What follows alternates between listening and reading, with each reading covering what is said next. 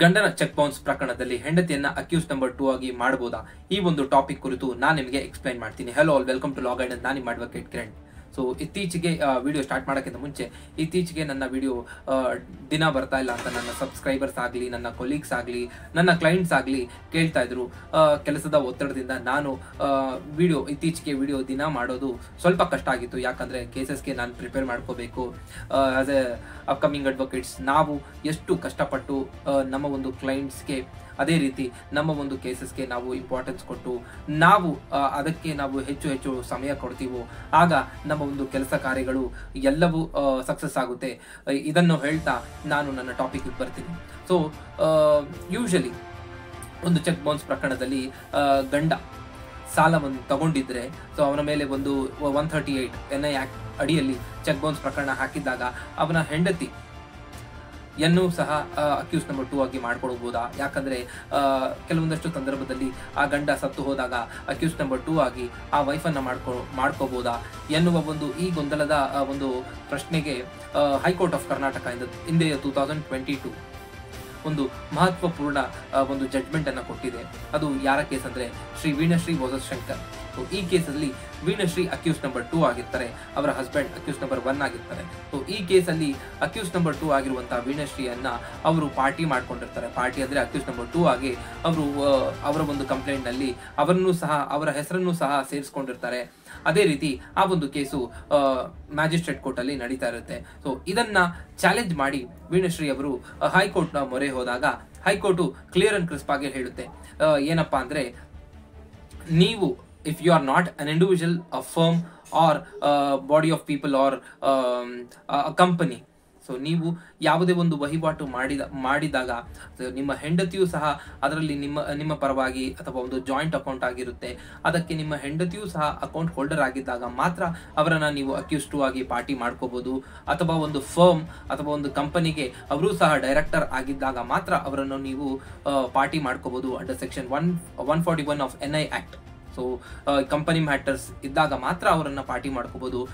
If it is an individual fight R an individual claims, so individual claims 138 of NI act. So ಇದರ ಅಡಿಯಲ್ಲಿ ನೀವು accused number 2 ಆಗಿ ಹೆಂಡತಿಯನ್ನ ನೀವು ಸೇರಿಸಕ್ಕೆ ಬರೋದಿಲ್ಲ ಎಂದು ಆ ಒಂದು ಪ್ರಕರಣವನ್ನು ಕ್ವಾಶ್ ಮಾಡಿದೆ. ಸೊ ಇದನ್ನು ನಾನು ನಿಮಗೆ ಕನ್ನಡದಲ್ಲಿ ಎಕ್ಸ್ಪ್ಲೈನ್ ಮಾಡಿದೆ, ಅದೇ ರೀತಿ ಇಂಗ್ಲಿಷಲ್ಲೂ ಸಹ ಎಕ್ಸ್ಪ್ಲೈನ್ ಮಾಡ್ತೀನಿ. So high court has given an important and landmark judgment in the case of Srimati Veenashri versus Shankar, where it has clearly stated that accused wife, she can't be added as an accused number 2, stating that until and unless if that is a firm or a body of individuals or a company, or if that wife is involved in giving the check, or if her sign is there or if it is present, only then she will be held up, or only then she will be also added as an accused number 2, or else she will not be liable or she will not be held up as an accused number 2. So this in terms of PPP I'll be explaining you clearly so that you can understand, and make sure that you mark this case number. So if somebody who's watching this video, so ಈ ವಿಡಿಯೋನ watch ಮಾಡ್ತಿರೋದು ಯಾರಾದರೂ ಇಂತಹ ಸಮಸ್ಯೆಯನ್ನು face ಮಾಡ್ತಾ ಇದ್ರೆ ನೀವು ಹೆದರಬೇಡಿ. ಈ ಒಂದು ಸೈಟೇಷನ್ನ ನೀವು ಅಥಾರಿಟಿ ಆಗಿ ಯೂಸ್ ಮಾಡಿ, ಅಂದರೆ ಈ ಸೈಟೇಷನ್ನ ಒಂದು ಎಕ್ಸಾಂಪಲ್ ಆಗಿ ಯೂಸ್ ಮಾಡಿ ನೀವು ಆ ಒಂದು ಕೇಸಸ್ಸನ್ನು ನೀವು ಫೈಟ್ ಮಾಡಬಹುದು. ಹಾಗೆ ನಿಮ್ಮ ವೈಫ್ ಅಥವಾ ನಿಮ್ಮ ಆ ಒಂದು ಚೆಕ್ಗೆ ಸಂಬಂಧ ಯಾರು ಪಟ್ಟಿರಲ್ಲ ಅವರನ್ನೇನಾದರೂ ಪಾರ್ಟಿ ಮಾಡಿದರೆ ಅವರು ಈ ಒಂದು ಸೈಟೇಷನ್ನ ಎಕ್ಸಾಂಪಲ್ ಆಗಿ ಇಟ್ಕೊಂಡು ಆ ಒಂದು ಕೇಸಸ್ಸನ್ನು ಫೈಟ್ ಮಾಡಬಹುದು. So I will be explaining in English. Can wife be liable for husband's debt? In the landmark judgment of Srimati Veenashri versus Sri Shankar, the case of the petitioner is that she never signed the check which have been dishonored, and the same were only signed by her husband, accused number 1, and she cannot be prosecuted under the provisions of section 138 of NI Act. It is very clear and crisp that High Court has given a statement that she has not signed that particular check which has got dishonored. So she will not be liable or she will not be held up for prosecuting in that particular case under the section 138 of NI Act. And in the final order, I have just made the last statement, which is very important. So I have just cut short all such big facts. So I made it very short.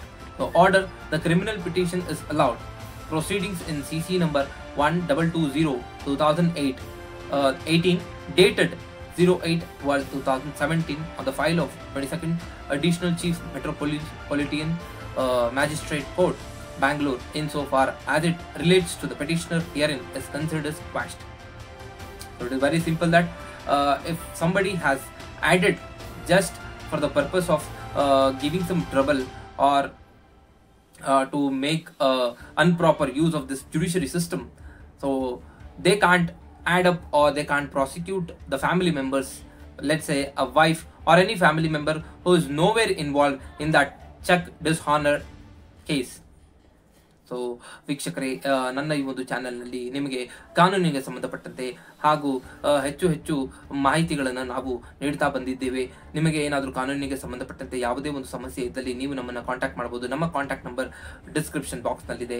ಅದೇ ರೀತಿ ಹೇಳ್ತಾ ಎಲ್ಲರೂ ಚೆನ್ನಾಗಿರಿ. ಈ ಹೊಸ ವರ್ಷದ ಆರಂಭದಲ್ಲಿ ಎಲ್ಲರಿಗೂ ಒಳ್ಳೆಯದಾಗಲಿ. ಹ್ಯಾಪಿ ಸಂಕ್ರಾಂತಿ. Thank you.